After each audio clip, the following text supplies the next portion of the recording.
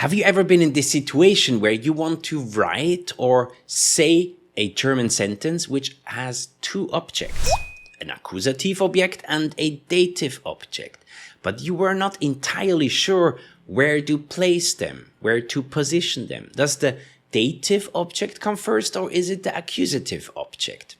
And what about pronouns? Do they have different rules? That's what you will learn in this video, the position of accusative and dative objects. There are 3 rules and situations you have to keep in mind. 3 Regeln, 3 Situationen. Nummer 1 ist Nomen plus Nomen.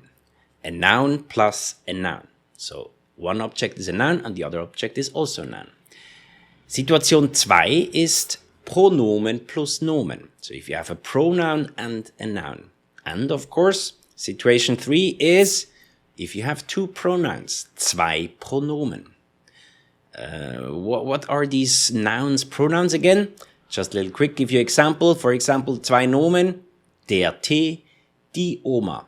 So nouns are any object or people also or names. Then Pronomen plus Nomen, the second one. The pronoun for Tee is er. That's the pronoun for Tee. And if you have 2 pronouns, for die Oma, it would be sie. Er ist der Tee und sie ist die Oma. Now, if you look here closely, you see actually those nouns and pronouns are all in nominative. But we talk about accusative and dative objects, right? So, it should be den Tee und der Oma. Den Tee blau, Akkusativ, der Oma, Dativ in grün. Pronomen ihn und der Oma und 2 Pronomen ihn und ihr. And here already a small side tip which is important whenever you have 2 objects, one in accusative and one in dative. In most situations, the dative object is a person or a name and the accusative object is a thing, an object. Alright, let's start with the first one, Situation 1, Nomen plus Nomen. The example sentence here, ich bringe meiner Oma einen Tee. I bring a tea to my grandmother. And here we have, ich ist das Subjekt in Nominativ, bringe das Verb, meiner Oma ist das Dativobjekt und Akkusativobjekt ist einen Tee. And as you can see here, the rule is Dativ for accusative. First the dative object and then the accusative object. This is the rule for the sentence structure when you have 2 nouns. Couple more examples. Max gibt seiner Katze einen Keks. Max gives a biscuit to his cat. Here as well, you see, seiner Katze ist das Dativobjekt, einen Keks ist das Akkusativobjekt, Dativ for accusative. Oder Tina zeigt einem Freund das Haus. Tina shows the house to a friend. Now, of course, you can also ask questions. For example, erzählst du den Kindern eine Geschichte? Are you going to tell the children a story? Or, wann bringst du Oma den Tee? When are you going to bring the tea to grandmother? Oder, kannst du Toni einen Kaffee kaufen? Can you buy a coffee for Tony? Tony is a name, male name. And here as well, as you can see, first the dative object and then the accusative object. Dativ for accusative. But it wouldn't be German, of course, if there wouldn't be some special rules. And these special rules only apply for this Situation 1, Nomen plus Nomen. First one is, if you have 2 definite articles, you can actually swap them. What do I mean? For example, ich gebe dem Kind das Buch. Here you see 2 definite articles. Dem Kind das Buch. You could also swap them and you can say, ich gebe das Buch dem Kind. So first the accusative object and then the dative object. This is absolutely fine. This is the first one, first rule. Second rule, if the dative object has an indefinite article and the accusative object has a definite article. Let's get a little bit more complicated. You can also swap them. Zum Beispiel, ich gebe einem Kind das Buch. Einem Kind, Dativobjekt mit indefinite Artikel, das Buch, definiter Artikel, Akkusativobjekt. So you can also say, ich gebe das Buch einem Kind. Absolutely fine. So for those situations and for those two situations, you can actually swap the nouns. For the third one is an accusative object with an indefinite article. And here it's always dative for accusative. Like actually the first rule I taught you. So zum Beispiel, ich gebe einem Kind ein Buch, or you can also use the definite article for the dative object, ich gebe dem Kind ein Buch. Important, whenever the accusative object has an indefinite article, always dative first. Situation 2, ein Pronomen plus ein Nomen. Zum Beispiel, the same example we did before. Ich bringe meiner Oma einen Tee. And now we want to use a pronoun. So for example, for meine Oma, the dative object, we can say, ich bringe ihr einen Tee. Perfect sentence. Or, of course, you can also use a pronoun for the accusative object, and then it would be, ich bringe meiner Oma ihn. Ihn is the personal pronoun for einen Tee.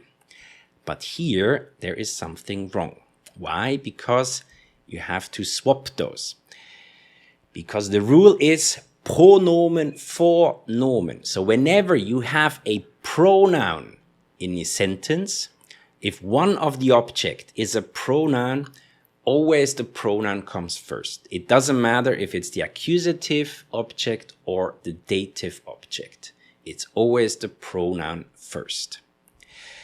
Now for the questions, erzählst du den Kindern eine Geschichte?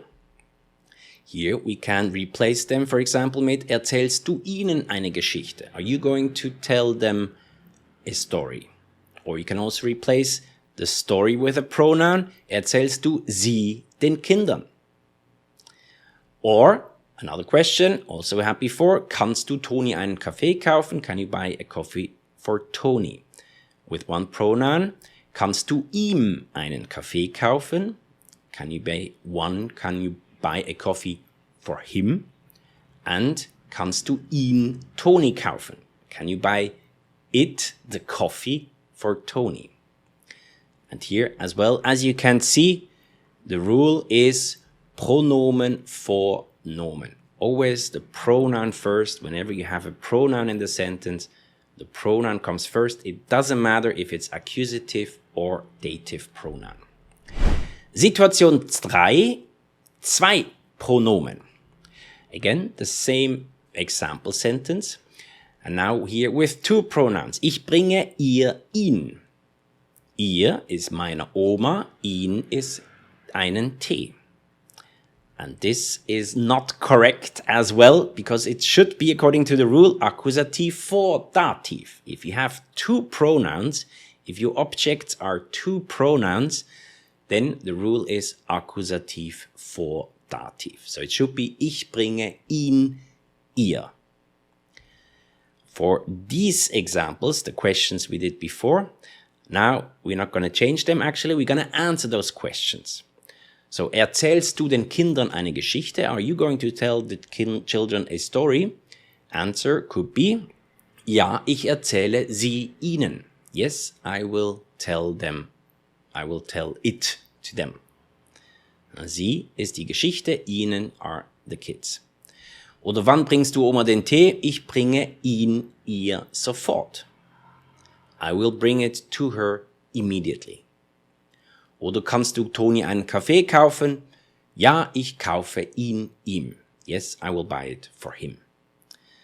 And here, this is something you have to remember as well. This is quite common. It's like whenever we use pronouns, we usually don't use them in a question. We actually use them in the answer. For talking, especially for talking, we want to make those sentences as short as possible, right? So those are the situations when the pronouns come in very handy. So especially for answers, when we know what we talk about, then we often use those pronouns.